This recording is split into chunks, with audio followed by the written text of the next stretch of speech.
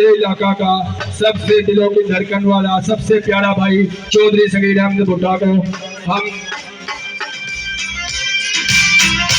Mic को सामने पे खुशामदीद कहते हैं। शेरादे यार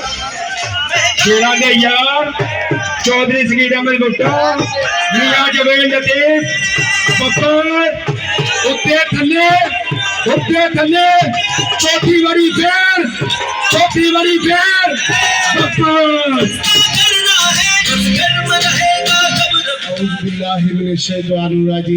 बिस्मिल्लाहिर्रहमानिर्रहीम। मेरे मोहतरम बुजुर्गों, दोस्तों, भाइयों, नौजवान साथियों, अस्सलाम वालेकुम।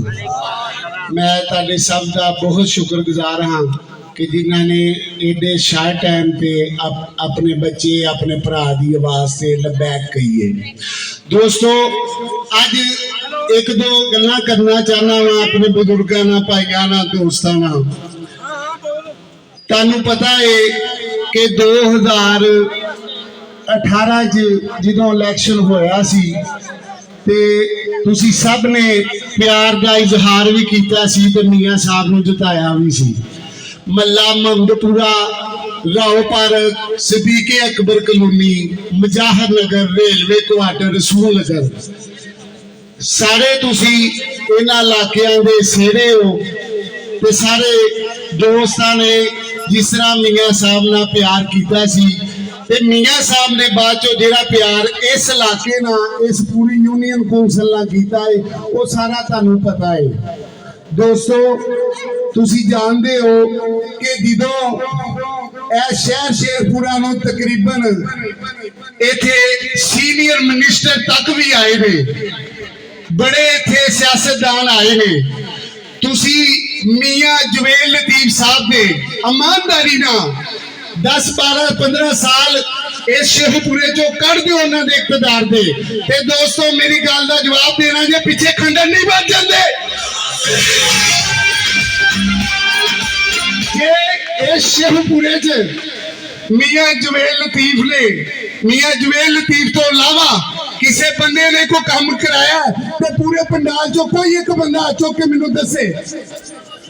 दोस्तों, तुहानू पता है कि शेखपुरे च डिग्री कॉलेज सी जिथे साडियां बच्चियां तलीम हासिल करन जांदियां सन, उत्थे जगह बिल्कुल खत्म हो गई सी।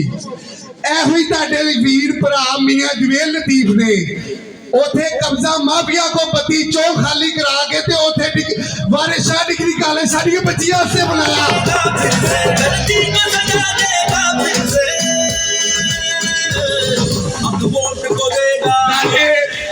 शेखपुरे च बत्ती चौक च गोडे गोडे कट्टा उड़दा सी, सिरां च पैंदा सी।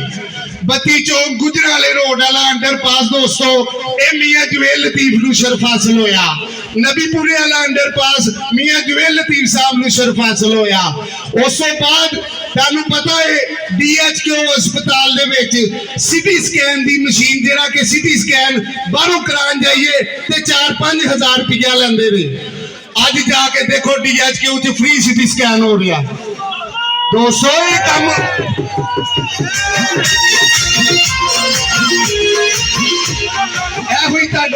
DHQ हॉस्पिटल एरे अंदर